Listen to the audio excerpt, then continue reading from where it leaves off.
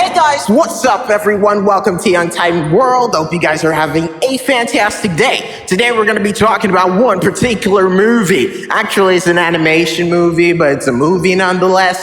And it was just something. Because, to be honest with you, I was a little bit confused with the narrative. But it's a movie nonetheless, it's a very simple movie. At least that's what I think. It's not a simple movie, man. It's a mindscape for absolute oblivion. But before we get into it, I'd like to say a very big thank you to every single person that listens to our stuff, okay? Because every time I say we got to 61K, I kind of have to double check on that shit to know that if the zeros have been misplaced, if I'm losing my mind, maybe I need to go seek a psych ward or something, because it's definitely unbelievable. Very unbelievable. But I just want to say I love you guys. Thank you so much for your support. I really do appreciate it. I really sound like I'm a salesperson, but I'm not. It's just, I don't know, it's a place of excitement. And I really do appreciate you. I'll update you on my life and everything. But for now, let's just get into the animation. What we're going to be talking about today is Orion and the Dark. Now, obviously, when I heard the name Orion, I thought it was going to be some cool warrior from the 16th century that is tasked with destroying the world in the dark or something like that. But no, it's about a kid who's afraid of the dark, even though he has the name of such a cool character. Something that is, in the stars, for that matter. So it's weird.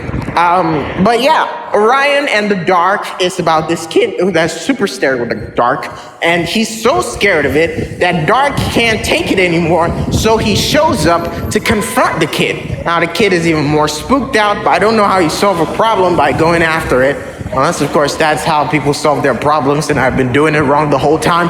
But the thing is, Dark shows himself, the entity, the living embodiment of darkness. And dude, the guy's huge, he's dark, he's everything that darkness is supposed to be, I guess.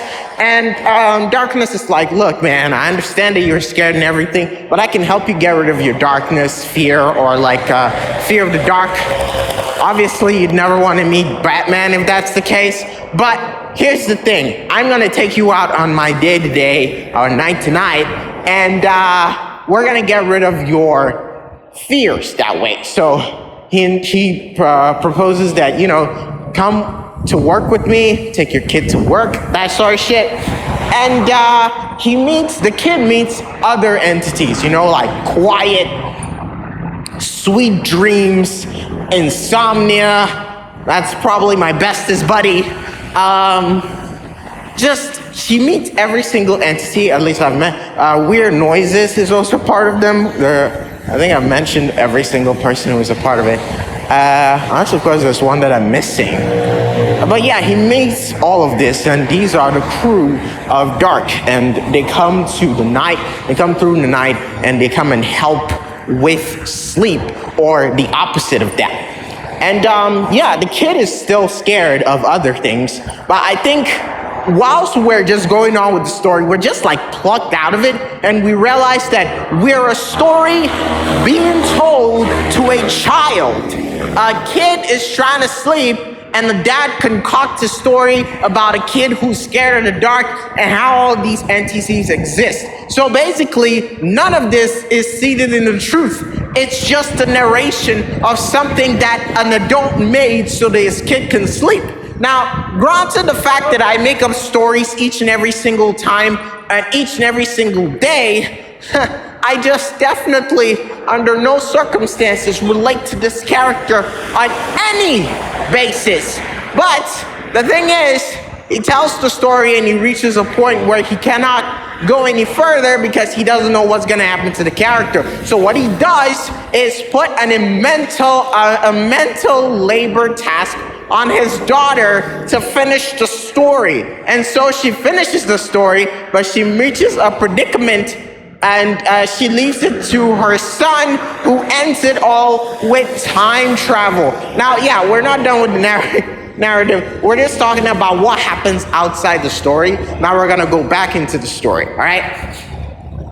So back into the story, the kid, he goes through the night. He actually appreciates every single thing that all these pieces of the crew come up to form. You know, it's like everyone in the crew is doing something that is, I guess, important in a way. I don't know how he valued insomnia after that, but that's crazy. But anyways, it reaches that point where Wade realizes that even though they're moving about, going about their day, dark is also moving away from light. And it is proposed, or it's assumed, that if dark gets too close to light, he's going to die. Now, light is this totally chill dude who it seems like everyone loves, you know, everyone appreciates, everyone respects, and it looks like he's doing an amazing job by that. And with that comes that crazy feeling, or it's like that jealousy that feels like, okay, I'm not in love with this guy. And that's coming from Dark. And Dark, I don't know, he tries to paint him in a bad way, maybe from a kid. But Orion seems to appreciate what Light does even more than Dark.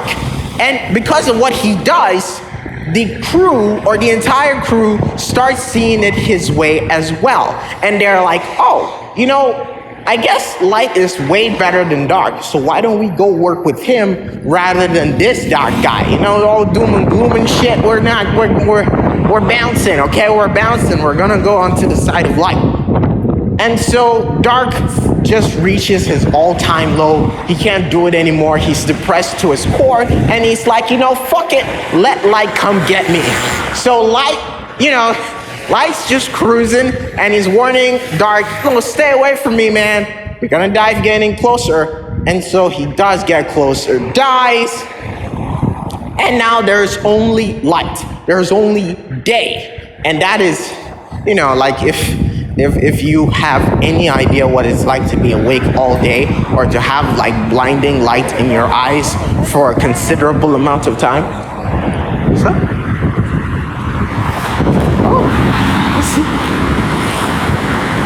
Wow, that's just one good person out of 100 billion. I was just walking by and my cables were just dangling around.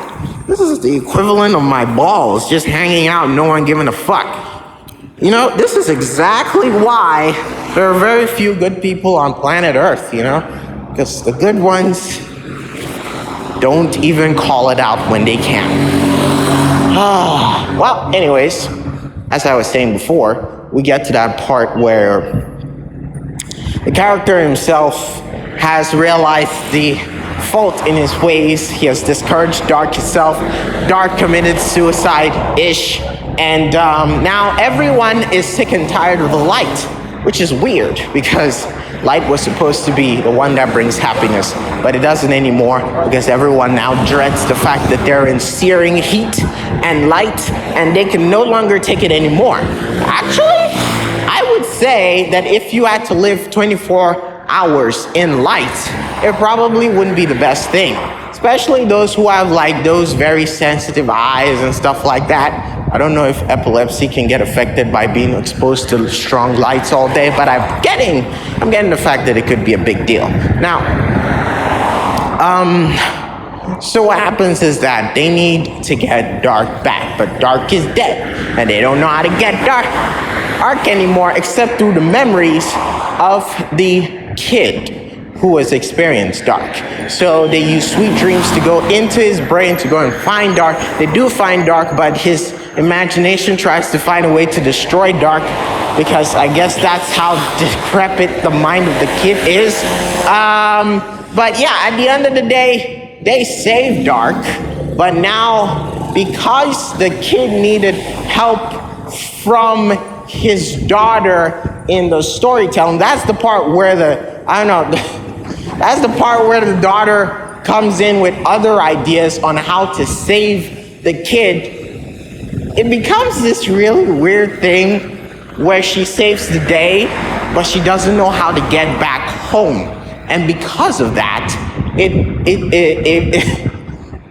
it requires a different ending. So, like, let's get back outside the story. So she chips in on how to end everything, right? But now she does not know how to get her character back to her time. And so what she does is that she leaves this conundrum to her son. So it's like we're going through 3 generations of life. Just like we're just going through 3 generations, and that's just like insane.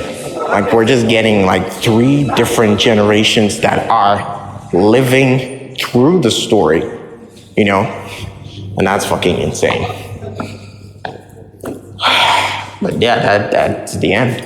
So the child uses time travel to get them all back. And they lived happily ever after, I guess. Which is great. But thank you guys for listening. I hope you guys have a fantastic evening. Until next time, I hope you guys take care of yourselves. Bye.